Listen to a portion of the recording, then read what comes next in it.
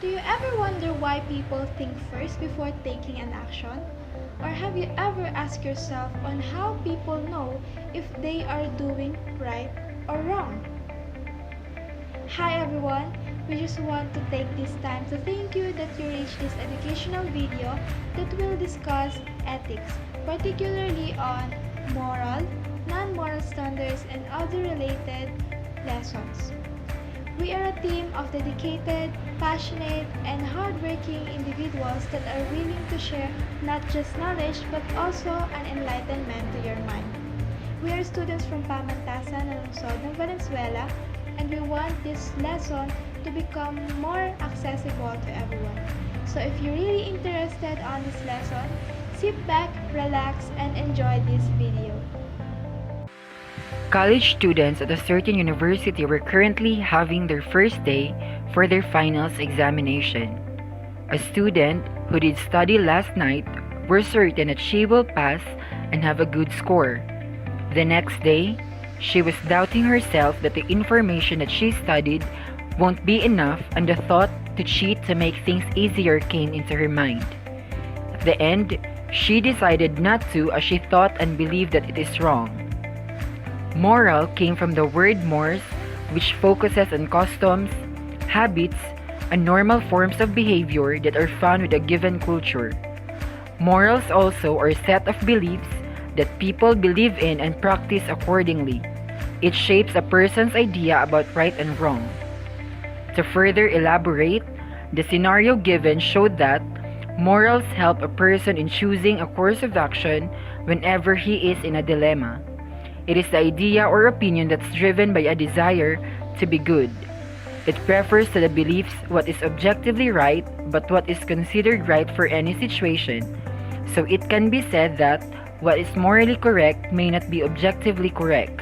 It is more of an opinion or set of guidelines for an individual rather than an agreed set of rules.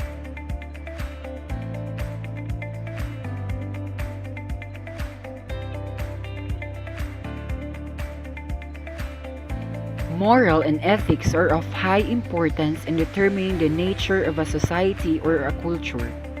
Morals and ethics are used as complementary terms, but they mean different in literal sense. Morals define personal character and refer to the beliefs that a person practices when he interacts in personal and social relationships. The conduct exhibited by the person in personal social behaviors gives a correct evaluation of his morals. Morals identify the way a person lives. Ethics are the codes or standards of conduct expected by the group to which the individual belongs.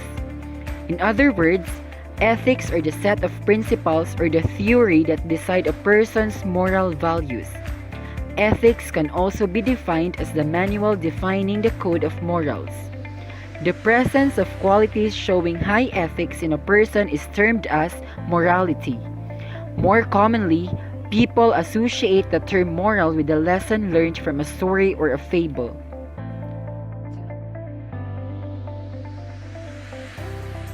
Non-moral standards are those unwanted principles which are in opposition to everything that we are expected to be and do.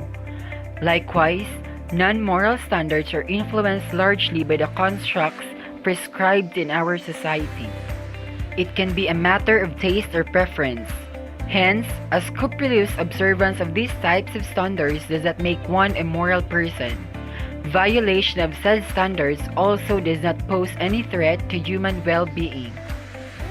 It is important to note that different societies have different moral beliefs and that our beliefs are deeply influenced by our culture and context. For this reason, some values do have moral implications, while others don't. Let us consider, for example, the wearing of hijab. For sure, in traditional Muslim communities, the wearing of hijab is the most appropriate act that women have to do in terms of dressing up. In fact, for some Muslims, showing parts of the woman's body such as the face and legs is despicable.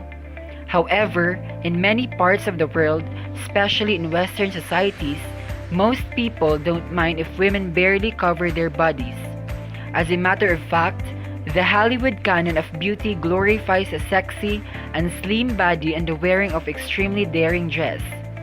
The point here is that people in the West may have pitied the Muslim women who wear hijab, while some Muslims may find women who dress up daringly despicable. Again, this clearly shows that different cultures have different moral standards. What is a matter of moral indifference, that is a matter of taste, in one culture may be a matter of moral significance in another.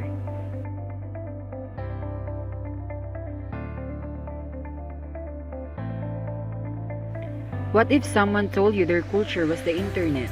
Would that make sense to you? Culture is the beliefs, behaviors, objects, and other characteristics shared by groups of people. Given this, someone could very well say that they are influenced by internet culture rather than an ethnicity or a society. Culture could be based on shared ethnicity, gender, customs, values, or even objects. Can you think of any cultural objects?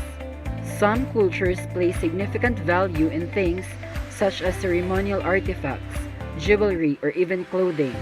For example, Christmas trees can be considered ceremonial or cultural objects. They are representative in both Western religious and commercial holiday culture. Or have you ever seen or eaten food from another country such as dried squid or fried crickets and think of it as weird and gross? To avoid judging the cultural practices of groups that are different to yours, we can use the cultural relativism approach. Cultural relativism refers to not judging a culture to our own standards of what is right or wrong, strange or normal. Instead, we should try to understand cultural practices of other groups in its own cultural context.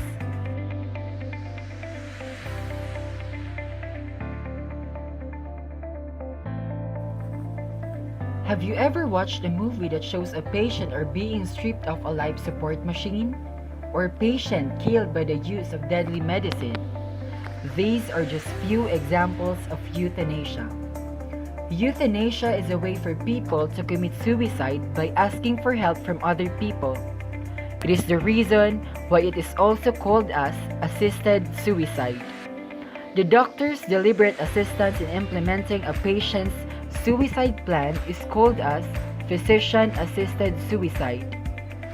Killing or helping the patient to suicide is performed by the administration of lethal agent by the help of physician, or the administration of therapeutic agent at a lethal dose.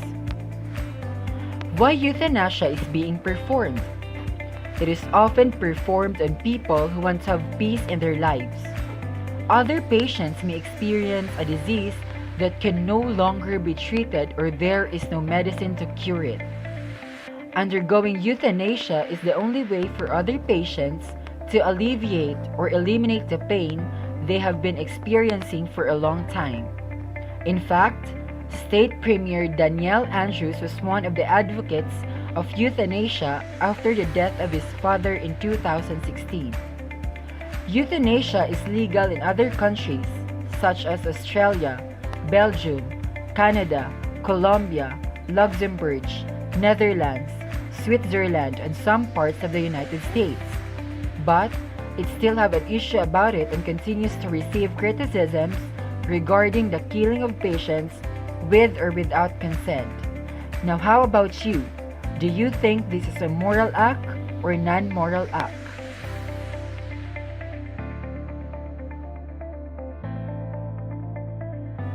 What is a dilemma?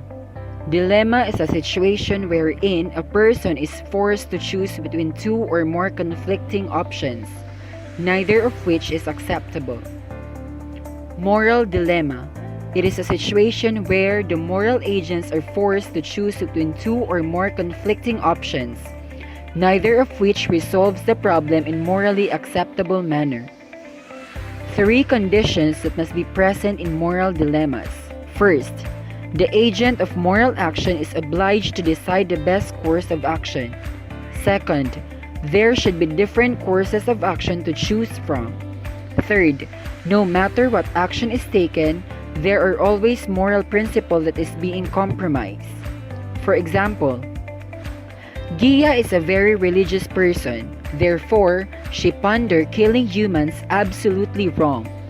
Unluckily, Gia found out that she is experiencing ectopic pregnancy where it is need to abort the baby, and if not, Gia and the fetus will die. In this example, Gia is faced with two conflicting options wherein she will abort the baby to save her life or continue to pregnancy endangers her life and also the baby. Another example is, your company faces an issue where there is a contamination in your product, but the CEO tells that everything is okay and controlled and you personally know it's not. It is said that the contamination may cause illnesses or worse death, but you are the breadwinner of the family. If you tell the truth, your company will lose millions and billions of money and eventually will end to bankruptcy. In this scenario, you are facing two conflicting situations that will make a downfall for the company and for your job. The question is, will you blow the whistle or not?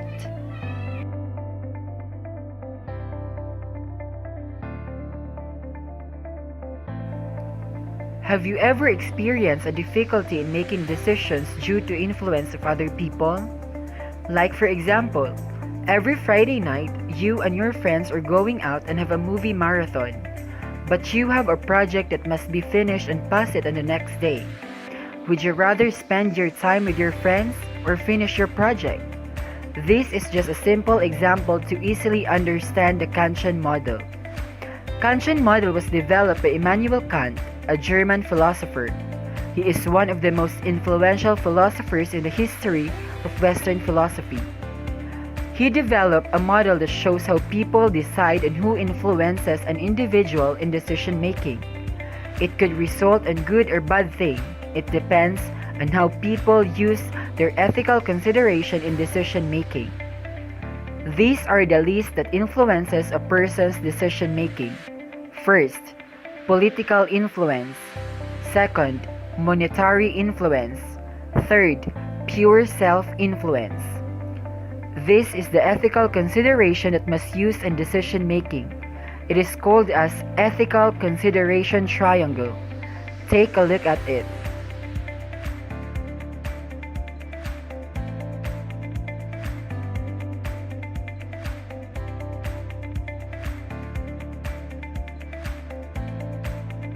Rightness of our action shows goodness of our heart and choice. Ethics, equity, and the principles of justice do not change with the current time. People around you may judge you on what you do, but if you know yourself on having strong moral standards, do not let other people stop you.